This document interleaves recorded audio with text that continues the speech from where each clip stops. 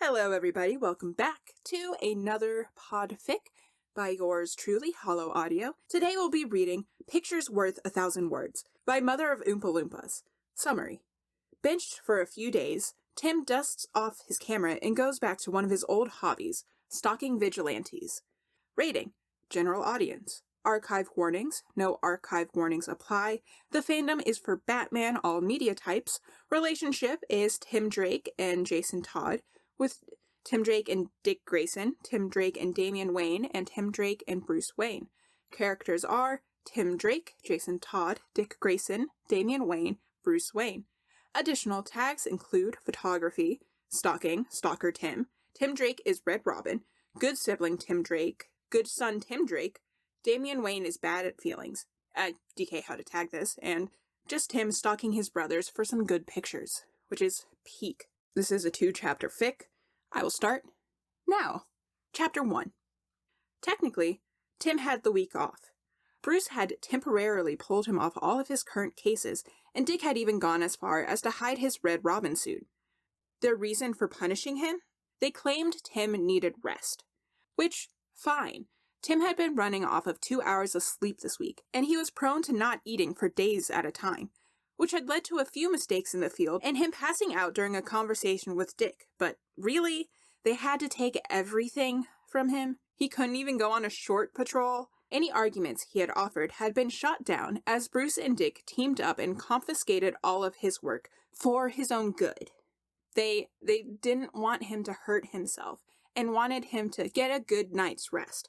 Please, as if Tim could sleep through the night if he wanted to, with nightmares and insomnia forcing him to stay awake and keeping his mind occupied until he collapsed. All this to say, Tim was lying in bed, bored out of his mind and too awake for sleep to come anytime soon. This state of boredom hadn't happened to him in years. He always had cases to finish, and he usually hung out with Con when he had free time. When he was benched for injuries, Alfred usually spiked his food, so he didn't have to question every aspect of his life before sleep came. Even before he was made Robin, he went out at night and tired himself out before bed and, oh, wasn't that an idea? He turned his head to the closet where his camera had been buried for the past few years. Maybe he could make use of this cruel punishment. 11 o'clock found him perched on the edge of a building, following Jason from a distance. After all, he had been the main focus of most of Tim's pictures when he was younger, so it seemed like a good place to start. So far, the night had gone pretty slow, and he was starting to get disheartened. He'd gotten a few pictures, mostly of Jason jumping between buildings and scanning the streets, but nothing that stuck out to him. He wanted something more. His favorite picture of Jason was the one he'd taken when Jason was just starting out. In it, Batman and Robin were standing on a roof together, and Robin was looking up at his mentor with a look of childlike happiness taking over his face and seeping into his body language. Batman's soft expression in return could be seen even to one who had not mastered how to read the brooding man. It was so peaceful and simple, a clear image of what Robin meant. He was a symbol of childishness and carefree joy in a world of darkness and violence. But Jason had changed, and Tim wanted a picture that would communicate what he was now. Jason standing on a roof or shooting thugs wasn't what he wanted. A few buildings away, Jason suddenly dropped into an alley, and Tim scrambled to keep up. Without his gear, and trying to remain unseen, Tim was having a hard time keeping up, but he'd done this as a kid. He could certainly keep up now that he had training of his own. Minutes later, he entered the alley from the back side, and when he saw Jason was fighting off several men, he ducked behind a dumpster. He waited there silently while listening to the fight. It didn't take long for it to come to an end. Hearing Jason mutter vague threats to one of them, followed by a heavy thud, he dared a peek. From behind the dumpster, Tim laid eyes on Red Hood. The men he had knocked out were slumped against the ground of the alley. A streetlight from the main street illuminated the mouth of the alley, and Tim saw the perfect opportunity for a picture. The light behind the hero's head glowed bright right around the edges of the helmet. It looked like a halo. Tim raised his camera and took a picture, smiling. This was what the second Robin had become. He had become strong and independent. He had faced his fears and overcome them. He saw wrong in the world and he stopped it. He looked out for the little guy and treated everyone equally. He had become an angel to the city of Gotham, and he watched over her with vicious love. The first Robin was harder to follow through Gotham. Where Jason had blazed a path wherever he went, Dick flipped and slid along the shadows, blending in, becoming part of the city. Thankfully, Tim knew him and his routes enough to keep up. Dick had been his first Robin, and even if he wasn't Tim's Robin, he was still very much Gotham's Robin. Heroes and villains alike still addressed him by his original title, treatment only Dick got.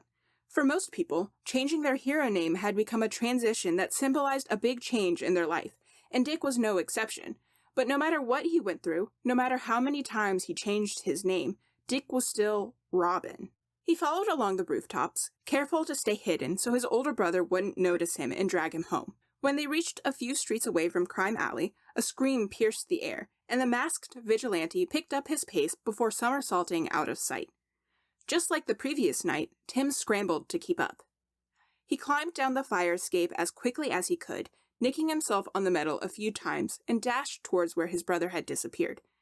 He didn't want to miss an opportunity for a perfect picture. After following Jason the previous night, he was determined to capture exactly who Nightwing was in one picture, and Tim knew what that would look like. From the day he stepped into the suit, Dick had changed lives. He had made Batman less terrifying and Bruce happier. He had proved to the Justice League that sidekicks could look after themselves, and he had inspired countless heroes and civilians. Growing up in his fights with Bruce had changed him, made him more careful and paranoid, made him stronger, a better leader and fighter. However, nothing could take away everything he had come to stand for, both in his hero persona and a person. He was Robin, and a different uniform and city could not take that away. When he finally approached the narrow side street Nightwing had entered, taking up a position on a nearby roof, it became clear he had missed all the action. There was a middle-aged man, unconscious and tied up, leaning against a building. Several feet away, a younger man was holding a toddler while Nightwing knelt in front of him, talking to the little girl who looked about 10. The man was tense as he watched, probably still on edge from what must have been an attempted mugging. But Nightwing and the young girl seemed to be engaged in a rather animated conversation. Tim smiled to himself. Dick had always been amazing with kids, something that hung over from years in the circus. When Tim had patrolled with Dick in his younger years, he had often listened in on these conversations and heard Dick thanking kids for helping him or giving them an easy task, like making sure their parents got some sleep when they got home. He never made anyone feel inadequate and always made them feel special. Dick gave off the feeling that he always saw the people he was talking to. That's probably one of the reasons he felt so safe. Nightwing lifted his head to address the girl's dad. Still holding the toddler, the man gave a hesitant nod and flashed a shaky smile at the young girl. Nightwing grabbed the girl and grappled to the top of the building, directly across from where Tim was. Tim crouched in an attempt to stay hidden, but Nightwing's attention wasn't on him. He held the girl on one of his hips as he pointed to something in the distance, and Tim knew this was his opportunity. The building Nightwing was on was taller than the one Tim occupied, so the angle was shot from slightly below. Nightwing held himself in a relaxed manner. Where the Red Hood's picture had only held one shock of color, the bright blue of Nightwing's suit and the bright smiles of both the girl and Vigilante seemed to brighten Gotham's gloomy sky, turning it from a gray mass to a swirling collage of blues and purples. It showed Nightwing as a strong, approachable leader, someone who looked out for everyone and made sure everyone was equal. He brought them up to stand beside him and share his accomplishments. He brightens even the most desolate of places. He was Robin. After the first 2 nights, it felt wrong to leave out the 4th Robin. Tim and Damian spent most of their time tensely ignoring each other, but Damian was still a Robin. Tim felt obligated to at least try to get a few good shots of him. Tim followed Damian through the city for 2 hours before deciding to call it quits. He'd gotten a few good shots of him mid-leap or scowling from rooftops, and it wasn't like he was expecting much. It was his first time following the brat, so he shouldn't put too much stock into the meaning behind the photos like he'd done for his older siblings. Plus, unlike the last 2 nights, Tim had no idea what he was looking for. Jason was vicious justice. Dick was strength and leadership. But Damian? What did the kid know of the honor and responsibility that being a vigilante came with? All he had done so far was steal Tim's uniform and manage not to kill too many people. In Tim's mind, there was no meaningful image to capture. Tim clambered down the fire escape attached to the building he was perched on and landed in the muddy alley below. It had started sprinkling a few minutes ago, which had only confirmed Tim's decision to head home for the night. After all, he didn't want his camera to get damaged. He was about 20 feet from the mouth of the alley when he heard a noise and ran for cover.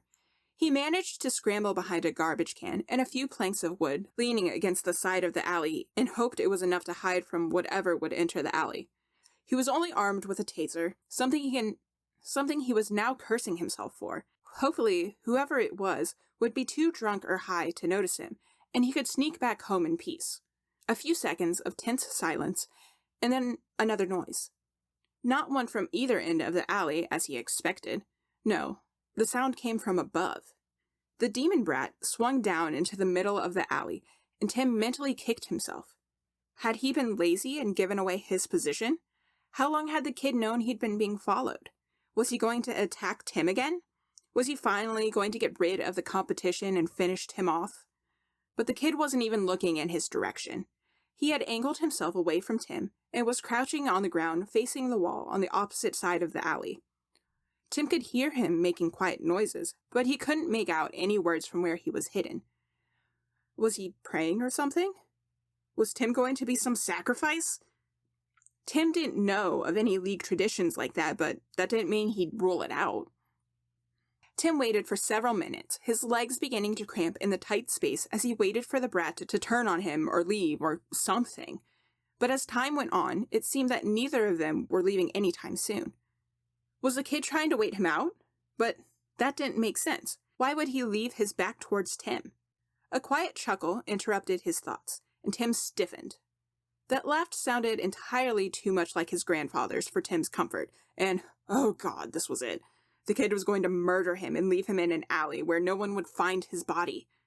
Damien turned slowly, sinking into his crouch, until he sat back with his back against the filthy wall of the alley.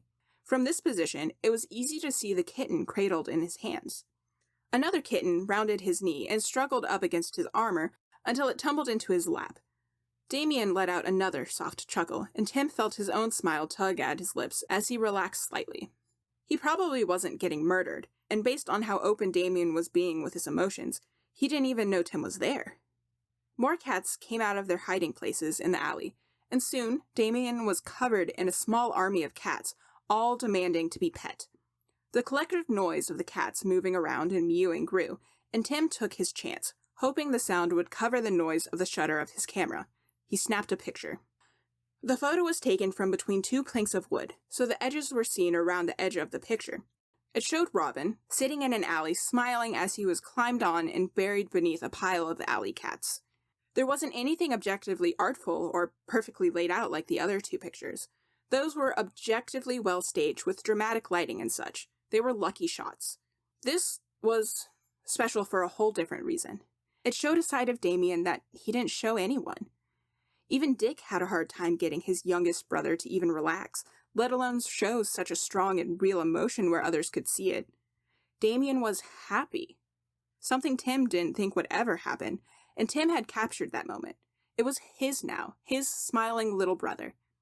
Even if he and Damien were never close, this picture was special beyond all others. Bruce stopped him in the hall the next day. "I thought I told you to take the week off and get some rest." He looked Tim in the eyes, his stare full of disappointment. "I did," Tim replied, because he technically had. Tim was nothing if not technical. "I haven't been going out as Red Robin." "No, but you've been leaving the house. Don't think I haven't noticed you coming back with cuts on your hands and mud on your shoes. You know how I feel about fighting out of uniform." "I wasn't fighting," Tim insisted. Then, sighing because he didn't feel like having a battle of wills and getting his lying skills tested in the middle of the hallway, he admitted, "I did go out the past few nights, but just to take a few pictures. Nothing dangerous." Bruce sighed. "Tim, you know how I feel about you wandering Gotham at night." Tim did indeed know how Bruce felt about it. They had the discussion multiple times when Tim was trying to convince Bruce to let him be Robin. "I was careful, B. I was armed and everything, just in case." He decided not to share that he only had a taser and that it wouldn't have done much if a whole gang had jumped him. "Besides, I think you might like these pictures." Bruce raised an eyebrow. Tim grabbed 3 freshly developed photos from his jean pocket.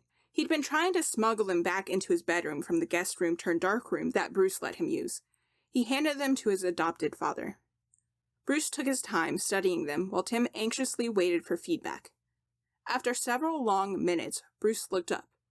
There's only 3. What? There's only 3 pictures. There's only pictures of 3 of my sons. Where's yours? I couldn't take a picture of me. I'm taking the pictures. Tim was very confused. Of course there wasn't one of Tim. Why was Bruce asking? I now have 3 amazing photos of my sons. In uniform, I might add. That's not something I get very often. But there's no picture of you, Tim.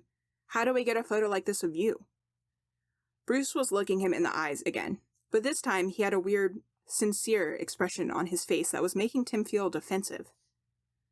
I can't take a picture of me. The point is that you don't know the picture's being taken. That way it's more realistic. It shows how you are all the time.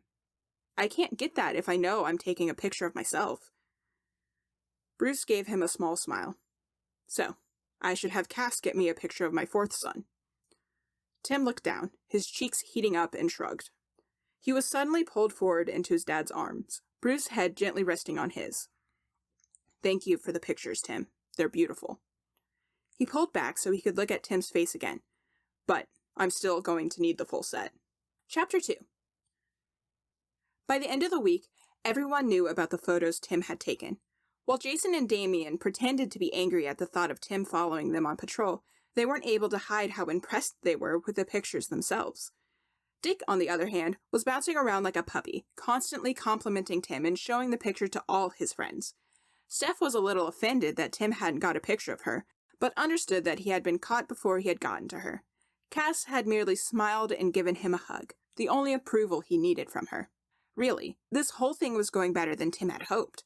Unfortunately, for the young photographer, he didn't know that Bruce was still determined to get a full set, a goal that all of his siblings were now dedicated to fulfilling. Tim noticed his siblings acting weird, sometimes talking in hushed tones around him, but that wasn't anything unusual in this family. He figured they all had things going on with their respective teams or something. Then he caught flashes of uniforms following him or disappearing behind corners on patrol. Again, not too strange. He'd had his family stalk him after a hard mission or nightmares, just so they could make sure he was alive. And it was when he began to hear the quiet sound of a camera shutter that he realized what they were after. No, he ordered during a weekly family meeting in the cave. You have to stop trying to take pictures of me. It's distracting and taking time away from your actual patrols. Oh, so not only is he a stalker, but a hypocrite too? Jason pinned him with a judgmental stare. I wasn't scheduled to patrol when I took these pictures, and none of you noticed me. I wasn't being distracting. All of you, however, are not making use of your training to even attempt to be discreet. Dick pouted at him. But we just want a picture of you, like the one you took of us. But you're doing it wrong. The point of the picture is that you don't know it's being taken. That way, it captures a completely natural situation in body language. You trying to take a picture of me makes me uncomfortable. I changed my body language. You don't get the picture you're trying to get. Tim wasn't sure they completely understood the point of his pictures. That was when he felt arms wrapped around him from behind. Arms he quickly labeled as Cass's. Didn't notice everyone, she chided. Tim turned around to face her and gave her a questioning look. She giggled and held up a photograph. The picture showed both him and Steph, so it must have been taken 3 days ago when they had last patrolled together. They had been playing tag that night, and Tim had positioned himself on a thin, fragile ledge so that Steph could not reach him without causing one or both of them to fall several stories to the hard pavement below. She had yelled at him for cheating while he had smiled from his perch. Tim looked up at Cass for an explanation. So young, so much pain. But she poked him in the chest with a hard expression on her face. Strong, smart, resourceful, friendly. Her face softened. Fun despite anger. Happy despite sadness. Love despite hurt. But arms wrapped around him from behind, reminding him that the rest of the family was there too. Tim, you're so resourceful. Tim, you're so resourceful, and you're better than all of us at using your surroundings to your advantage in a fight. You work your butt off to get all of your cases done, but you don't blow us off to do so. You loosen up and have fun with us even when we know you have a million other things to do. You're unbelievably dependable. You have never let anyone in this family down. That is what this picture shows. Tim felt himself sinking into Dick's hold. But we were just playing tag. Aren't you always going on about images being gorgeous in their simplicity? Small things showing more than just what you see? Same thing applies here, baby bird. Tim couldn't turn around to glare at Jason, so he settled for rolling his eyes. Cass let out a little giggle. Thank you. Tim had such a clear view of who his brothers were, he often forgot that it went both ways. His family knew him better than anyone else, so if they claimed he was all of those things they said, he would believe them.